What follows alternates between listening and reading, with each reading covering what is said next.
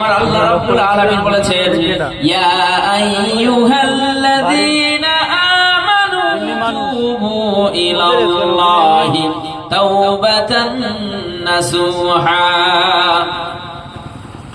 আসা রাব্বুকুম আন ইউকাফিরা আনকুম সাইয়্যাতিকুম ওয়া ইউদখিলাকুম জান্নাতিন তাজরি মিন তাহতিহাল আনহার। আমার বাবাজিরা, আল্লাহ রাব্বুল আলামিন বলেছেন ইয়া আইয়ুহাল্লাযীনা আমানু, হে ঈমানদারেরা, তুবু ইলাল্লাহ, আমি আল্লাহ আমার কাছে তোমরা তওবা চাও, মাফি মাগো। আসা রাব্বুকুম, আমি তোমাদের প্রভু যদি চাই আইয়ুকাফিরা আনকুম, তোমাদিগকে মাফ করে দিয়ে থাকি। একটু জোরে বলা যাবে নাকি সুবহানাল্লাহ? তারপরে তিনি কি বলছেন, ওয়া ইউদখিলাকুম জান্নাতিন তাজরি মিন তাহতিহাল আনহার। আর আমি শুধু মাফ করে দিয়ে থাকি নাই, তোমাদেরকে জীবনের গুনাহ সমূহকে আমি আল্লাহ তাআলা মাফ করে দিয়ে এমন একটি জান্নাত দান করি, ওই জান্নাতের শততলে সমুদ্রের পানিগুলো সদা সর্বদা আবির্ভাব জোয়ার ভাটা হতে থাকে। বলছে ইন্নাল্লাযীনা আমানু ওয়া আমিলুস সালিহাত কানাত লাহুম জান্নাতুল ফিরদাউসি নুজুলা। ইন্নাল্লাযীনা, যারা বাজে, আমানু, যারা ঈমান আনলো, আমিলুস সালিহাত, সৎ কাজ করলো, কানাত লাহুম জান্নাতুল ফিরদাউসি নুজুলা, অর্থাৎ আমি আল্লাহ তাআলা যে ঈমান আনলো, সৎ কাজ করলো, তার জন্য আমি জান্নাতুল ফিরদাউস তার জন্য নসিবে বরাদ্দ করে দিলাম। জোরে বলেন সুবহানাল্লাহ। মার বাবাজি ভাইরা, না না তাওবা ওর সঙ্গে যেটা বলছিলাম, আল্লাহ রাব্বুল আলামিন বলেন, হে জগৎবাসীরা তোমরা শুনে নাও, যখন রাত্রির শেষ অংশ হয়ে যায়, শেষ ভাগ হয়ে যায়, রাত্রির শেষের দিকে আমি আল্লাহ রাব্বুল আলামিন শত আসমানের নিচের দিকে চলে যাই। যখন তোমরা আমি আল্লাহ রাব্বুল আলামিন আমার কাছে কিছু চেয়ে নাও, ওই সময় বান্দা তাহাজ্জুদের নামাজ আদায় করে, আর ওই সময় বলতে থাকে, ওগো আল্লাহ, আমি জীবনে এমন পাপ করেছি, এমন অন্যায় অত্যাচার করেছি, এই পাপ থেকে আমি তোমার কাছে তওবা চাই। আমার আল্লাহ ওই সময় রহমতের মালায়েকাদেরকে বললেন, ওই সময় বলে দেন, ও আমার মালায়েকারা, ও আমার ফেরেশতারা, যাও যাও, ওই গ্রামের ওই মানুষটি তাহাজ্জুদের নামাজ পড়ে কি চায় তুমি একবার শুনে এসো। আমার বাবাজি ভাইরা, আপনি একটু গিয়ে বলেন, হে আমার মালায়েকারে, ওই সময় জিজ্ঞাসা করা হবে মালায়েকাদেরকে, ওই মালায়েকা আল্লাহ রাব্বুল আলামিনকে বলবেন, ওগো আল্লাহ, আপনার ওই বান্দা, আপনার ওই বান্দি এই অমুক গুনাহ করেছে, তমুক গুনাহ করেছে, তার জন্য আপনার কাছে তওবা চেয়েছে।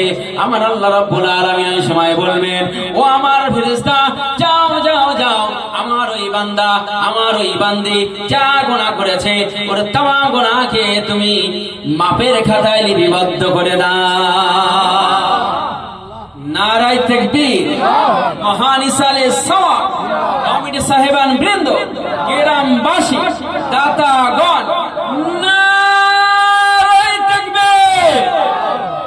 সিলসিলা হকপুর ফরাজ শরীফ, আওলাদে মুজাদ্দিদুল জামান, আলিমে দ্বীন, উলামাগণ, নারায়ে তাকবীর।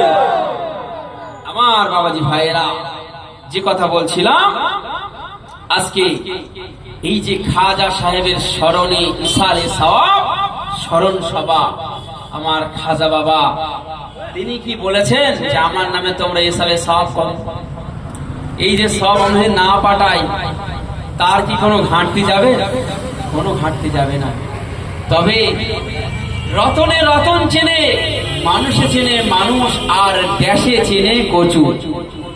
দেশ বোঝেন, রতন তারা এমন রত্ন হয়েছে, তার জন্য আমরা বিধিব্যস্ত পাগল পাড়া, আর আমরা এমন যন্ত্র হয়েছি, আমাদের জন্য গ্রামবাসী পাগল। যে কি যন্ত্রে মালটা কি ভালো হবে না? আমাদের জন্য লোক দোয়া করতে থাকে, মালটা কি ভালো হবে? আর আমরা খাজা বাবার ওসিলায় দোয়া চাই, আল্লাহ খাজার ওসিলায় আমার দোয়াকে কবুল করো, আল্লাহ বড় পীরের ওসিলায় আমার দোয়াকে কবুল করো। আমার বাবাজি ভাইরা, আল্লাহ ওয়ালা হয়ে যান, আল্লাহ ভক্ত হয়ে যান, আল্লাহর রাস্তায় আপনারা চলতে থাকেন, তাহলে আপনারা কিছুই পেয়ে যাবেন। আর জীবন ভোর ধান करेंगे ত্যান करेंगे लाठी में मुकुट भरेंगे, चाय के दुकान में अड्डा मारेंगे, सब बर्बाद हो जाएगा। আমার বাবাজি ভাইরা, চা খেলাম, বিস্কুট খেলাম, কাজ মিটে গেল, উঠে গেলাম। এমন এমন ফতোয়া রয়েছে, এমন এমন বৈজ্ঞানিক রয়েছে, এমন এমন সাইকোলজি রয়েছে, চায়ের দোকানে বলে এই জ্ঞানগুলো পাওয়া যায়। আমি সেদিনকে বলছিলাম যে বাবু চায়ের দোকানে বসলে, নিশ্চয়ই এই কথা বলেছি, তার মধ্যে একজন বাবুর সামনে আছেন, আমি দেখতে পাচ্ছি যে চায়ের দোকানে বসলে অনেক জ্ঞান বাড়ে, বৈজ্ঞানিক হেরে যাবে। বাস্তব কথা বলছি, মুফতি সাহেবরা হেরে যাবে। আমি ইমাম সাহেব কি জানি, আমার সামনে কথা বলার পর ইমাম সাহেব ঠিক বলতিস তো? আরে যন্তর, তুমি ঠিক বলছো কি ভুল বলছো তুমি তো জানো, তুমি আমার জিজ্ঞাসা করছো কেন? তুমি তো শুনে মুসল্লি, তুমি সূরা ফাতিহা পড়তে পারো, তুমি ঠিক বলছো কিনা ভুল বলছো, তোমার বলতে লজ্জা লাগে না? হ্যাঁ, মিলাদ শুনে বড় মুফতি হয়ে গেছে। আমার বাবাজি ভাইরা, ইসলাম এমন একটি জিনিস, এমন একটি বস্তু, ইন্নাদ-দীনা ইনদাল্লাহিল ইসলাম। ইসলাম, আল্লাহ তাআলা বলেছেন ইসলাম ধর্ম আমার কাছে মনোভূত ধর্ম, পরিপূর্ণ ধর্ম, আর শান্তির ধর্ম ইসলাম। তাহলে এই ধর্মকে আমরা অশান্তি করি। আমার বাবাজি ভাইরা, একটু আমাদেরকে আগিয়ে আসতে হবে। আমরা সব করি ঠিক, জায়গায় ভুল করি। এতগুলো মানুষ আমরা আজকের কজরা নামাজ পড়েছি, বলেন আমরা নামাজ পড়বো না? কেউ বলে আহলে হাদিস, কেউ বলবে শিয়া, কেউ বলবে কাদিয়ানি, কেউ বলবে বিরলবি, কেউ বলবে হাদিসালা, কেউ বলবে আজানগাছি, হাতিয়ার ইত্যাদি। আরে ভাই, কোন জামাত কি বলেছে, কোন দল কি বলেছে 6 অক্টোবর? সামান্য কেউ কারোর মতবিরোধ আছে, সেগুলো দিকে আমি যাব না। তবে প্রত্যেকটি দল তারা বলেছে 5 ওয়াক্ত নামাজ পড়ো, নামাজ বিহীন কোনো কথা নাই। আল্লাহ রাব্বুল আলামিন কোরআনের মধ্যে বলেছেন, ফাওয়াইলুল লিল মুসাল্লিনাল্লাযীনা হুম আন সালাতিহিম সাহুন। আল্লাহ রাব্বুল আলামিন বলেছেন, ফাওয়াইলুল লিল মুসাল্লিন, ওই সমস্ত নামাজীদের জন্য খারাপি, আল্লাযীনা হুম আন সালাতিহিম সাহুন, যারা নাকি নামাজকে ভুলে বসে।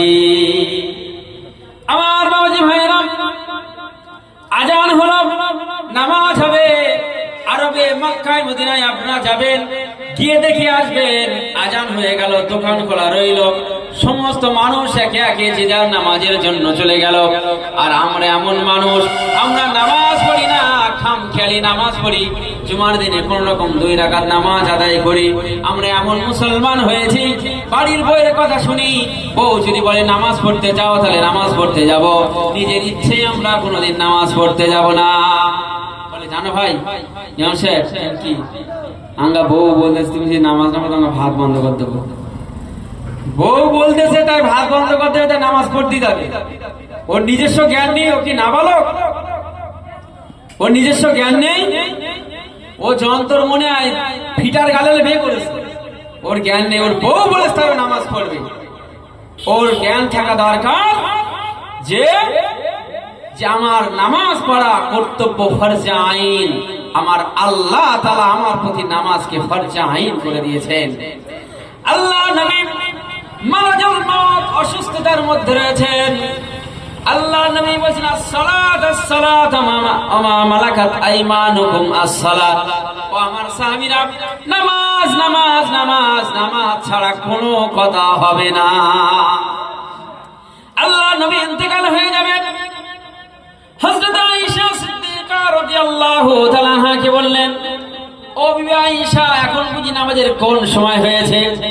আল্লাহ নবীর স্ত্রী আম্মা জান উম্মাহাতুল মুমিনিন আয়েশা সিদ্দিকা রাদিয়াল্লাহু তাআলা আনহা বললেন, ইয়া রাসূলুল্লাহ, এখন নামাজের সময়, এশার নামাজের সময় হয়ে গিয়েছে। আল্লাহ নবী বললেন, ও বিবি আয়েশা রে, আমার মাথাটা একটু উঁচু করে ধরো। আর মসজিদে নববীর খিড়কি অর্থাৎ জানলাটা একটু খুলে দাও, আমার সাহাবীরা কি অবস্থায় নামাজ পড়ছে আমি একটু দেখতে চাই। আমার বাবাজিরা, আল্লাহ নবীর মাথা মোবারকটি উঁচু করে ধরা হলো। সাহাবী হুজুররা নামাজের মধ্যে দাঁড়িয়ে রয়েছেন। সিদ্দিক আকবর আবু বকর রাদিয়াল্লাহু তাআলা তিনি ইমামতির জায়গায় দাঁড়িয়ে গেছেন। আল্লাহ নবী দেখে তার চোখ দিয়ে অশ্রু গড়ায়। উম্মাহাতুল মুমিনিন আম্মা জান আয়েশা সিদ্দিকা রাদিয়াল্লাহু তাআলা না বললেন, ইয়া রাসূলুল্লাহ, আপনি এমন ভাবে রোনা জারি করছেন কেন? ইয়া রাসূলুল্লাহ, আপনি এমন ভাবে কাঁদছেন কেন বলেন? আমার আব্বা জান ইমামতি দাঁড়িয়েছে কি তার জন্য আপনি রোনা জারি করছেন? আমার বাবাজিরা, ওই সময় আমার আপনার প্রিয় নবী জগৎগুরু বিশ্বগুরু প্রফেট মুহাম্মদুর রাসূলুল্লাহ সাল্লাল্লাহু আলাইহি ওয়াসাল্লাম তিনি জানিয়ে দিয়েছেন, বিবি আয়েশা, এই নামাজের জন্য আমি তাইফের জমিনে রক্ত শুধু দিই নাই, আমার পিঠটা তুমি দেখে নাও বিবি আয়েশা রে, আমার পিঠে বড় বড় পাথরের এমন এমন দাগ হয়ে রয়েছে, বসে রয়েছে। আমি আল্লাহর কাছে কালকে আমাদের মহাশরের ময়দানে এতটুকু বিশ্ব নবী আমি দেখাতে পারবো, আব্দুল্লাহর বেটা দেখাতে পারবো যে ওগো আল্লাহ, আমি যদি কিছুই না করতে পারি আমার এই পিঠটা সাক্ষী রয়েছে ওগো আল্লাহ, আমি দিনের জন্য মেহনত করেছি কিনা, আমি মেহনত করি নাই। ওগো আল্লাহ, আমার এই পিঠের ওসিলায়, আরে তাইফের রক্তের ওসিলায়, তাইফে বেহুশ হয়ে যাওয়ার ওসিলায় ওগো আল্লাহ তুমি যেন আমাকে মাফ করে দাও। একটু জোরে বলা যাবে নাকি সুবহানাল্লাহ?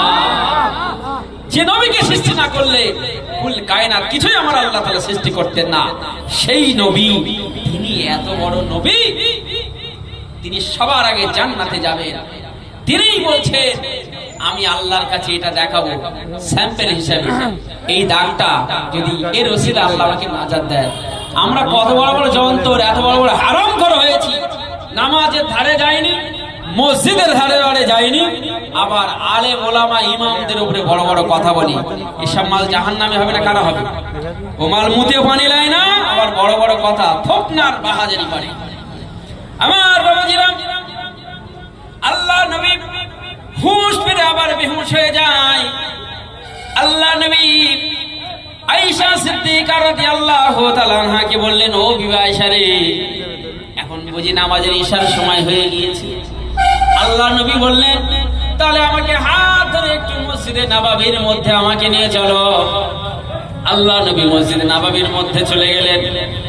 আমার বাবাজি, আরে ওই সময়